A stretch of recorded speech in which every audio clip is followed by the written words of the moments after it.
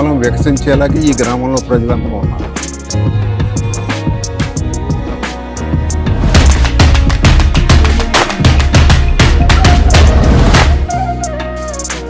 సార్థక నామధేయం అంటే కుముదవల్లి గ్రామమే. ఈ గ్రామం చూశారు కదా ఎంత పచ్చగా కనబడుతుందో. ఇక్కడ మామూలు ఆధునిక భవనాలు కూడా పట్టణానికి తీసిపోని విధంగా బ్రహ్మాండమైనటువంటి ఇంద్రభవనాలు ఇక్కడ ఉన్నాయి. వాటితో పాటు చక్కటి మండవాలగిళ్ళు, పెంకుటిళ్ళు, పూరి గుడిసెలు, మట్టి రోడ్లు భలే ఆహ్లాదంగా కనిపిస్తాయి. అంతకు మించి మనకి మెయిన్ ఏంటంటే ఒరిజినల్ ఆక్సిజన్ ఇక్కడ దొరుకుతుంది. కలుషితం కానటువంటి గాలి, నీరు, వెలుతురు, ఇంతకంటే ఏం కావాలండి గ్రామాల్లో. అందుకనే గ్రామాలు పట్టుకొమ్మలని చెప్పేసి దేశానికి పట్టుకొమ్మలని అన్నారు. ఇక్కడ చూస్తుంటే కనుక భలే భలే అనిపిస్తూ ఉంటుంది. మనకి చాలామందికి అనిపించేది ఏంటంటే కొన్ని రోజులు పల్లెటూరులో వెళ్ళిపోతే బాగుండు అని అనిపిస్తూ ఉంటుంది.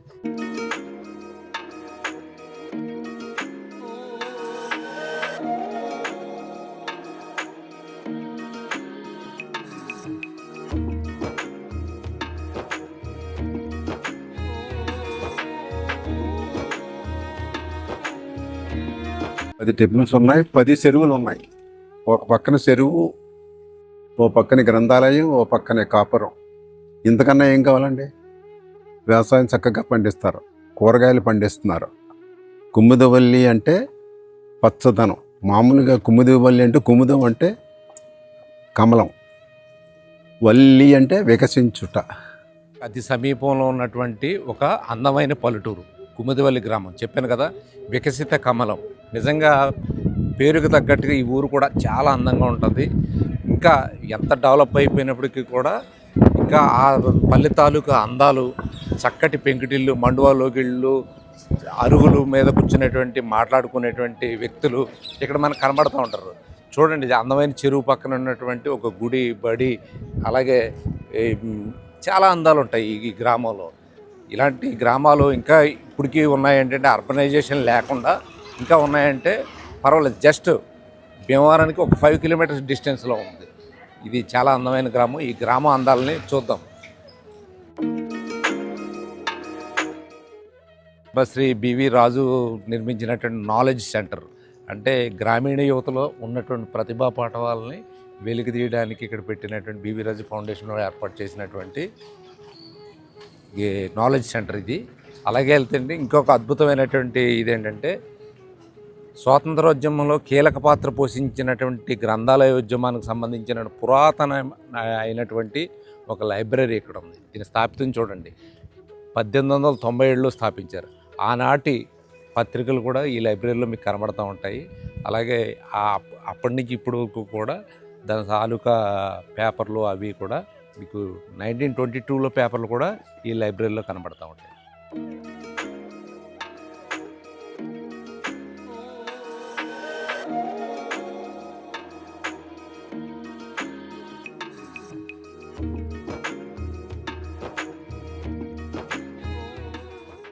సరే, బాగా పురాతనమైనటువంటి ఇల్లు.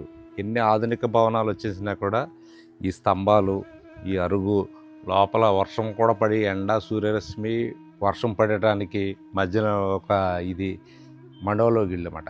ఇలాంటి ఇల్లు ఈ గ్రామంలో చాలా కనబడినాయి. దాదాపుగా కొన్ని కనుమరుగైపోతున్నప్పుడు మటుకి ఇంత పాత ఇల్లు అయినప్పటికీ కూడా చూడండి ఎంత నీట్గా ఉంది. బాగా మెయింటైన్ చేస్తున్నారు, చక్కగా ఉంది. ఎక్కడ కూడా దుమ్ము, ధూళి ఏమీ కనిపించట్లేదు. పొద్దున అయ్యేటప్పటికి సూర్యరశ్మి ఇంట్లోకి ప్రసరిస్తుంది. అలాగే వర్షం వస్తే వర్షం చినుకులు లోపలికి పడతాయి. ఎందుకంటే భలే ఉన్నది అండి.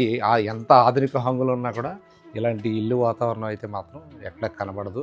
చూడండి, ఈ కలపే బోళ్ళంత ఖరీదు ఉంటుంది. పెద్ద పెద్ద టేకు దోలాలు, ఇంటి వాసాలు చాలా అద్భుతం ఉంది. పైన అలాగే అటక, ఇలా ఒక్కొక్క ఇల్లు ఒక్కొక్క ప్రత్యేకత అన్నమాట ఈ గ్రామంలో. అలాగే ఆ రోజుల్లోనే రెయిన్ హార్వెస్ట్ అన్నమాట. వర్షం నీరు ఇలా పడితే మధ్యలో ఇదంతా కూడా ఒక చోట కలెక్ట్ అయ్యే విధంగా పెట్టారు. చుట్టూరు గదులు ఉంటాయి. పూర్వం ఏళ్ల మధ్యలోనే పెళ్ళిళ్ళు అయ్యి కూడా జరిపేవారు. ఇంట్లో ఏదో శుభకార్యక్రమం జరిగినా కూడా ఇక్కడే జరిగేది. ఇప్పారు కదా, ఇంటి ఎదుర్కొంటాడిన వాతావరణం చూడండి. బ్రహ్మాండమైనటువంటి కొలను, చుట్టూరు పచ్చని చెట్లు, సరదాగా సేద తీరడానికి చక్కటి అరుగు భలే ఉంటుందన్నమాట. ఇవన్నీ ఏంటంటే ఎంత చెప్పినా కూడా తక్కువే ఉంటుందన్నమాట. ఆ పక్కన చూస్తే రావి చెట్టు, ఓ పక్కన ఇరువైపులా దేవాలయాలు, ఇటో దేవాలయం ఉంది, మళ్ళీ అటో దేవాలయం ఉంది. ఇలాంటి కూడళ్ళు ఈ గ్రామంలో మనకు చాలా కనబడతాయి అన్నమాట.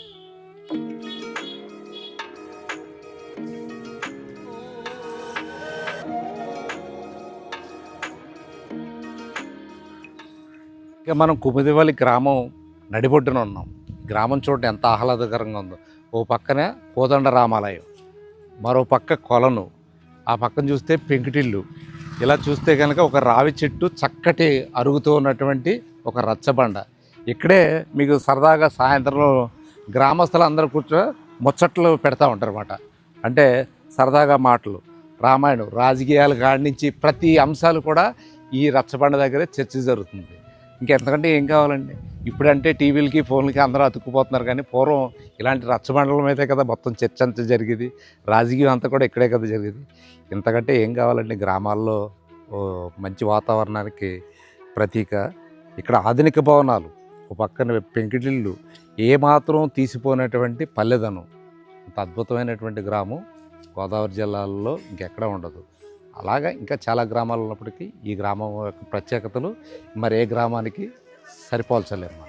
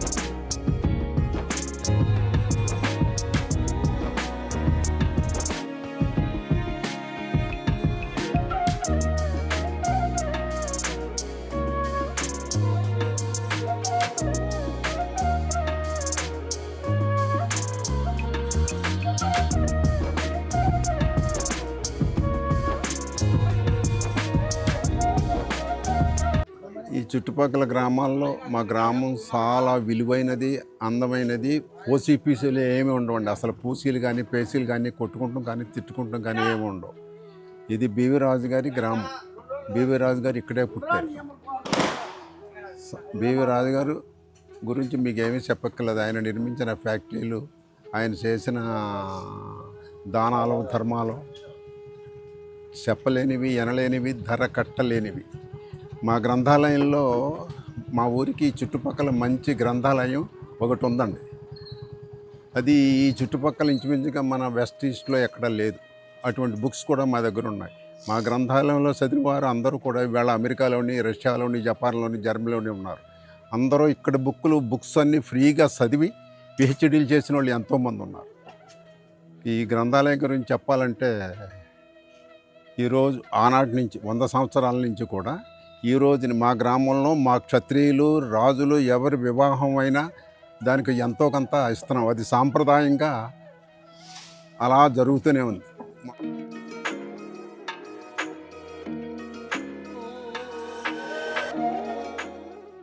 సిమెంట్ రంగంలో రారాజు ఆయన. దాదాపుగా అన్ని ఇండస్ట్రీలో ఆయన స్థాపించినవి.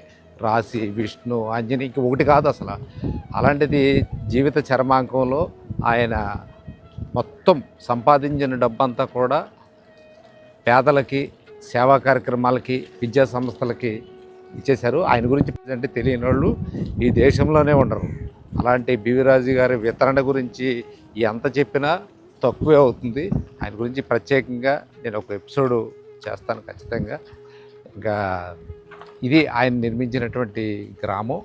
చూడండి ఎంత ఓ పక్కన అంతా కూడా బ్రహ్మాండమైనటువంటి ఆధునిక వసతులతో ఉన్నటువంటి బిల్డింగ్లు ఉన్నప్పటికీ కూడా ఈ కాలనీలో కూడా అన్ని ఫెసిలిటీస్ ఉంటాయి. ఒకసారి చూద్దాం.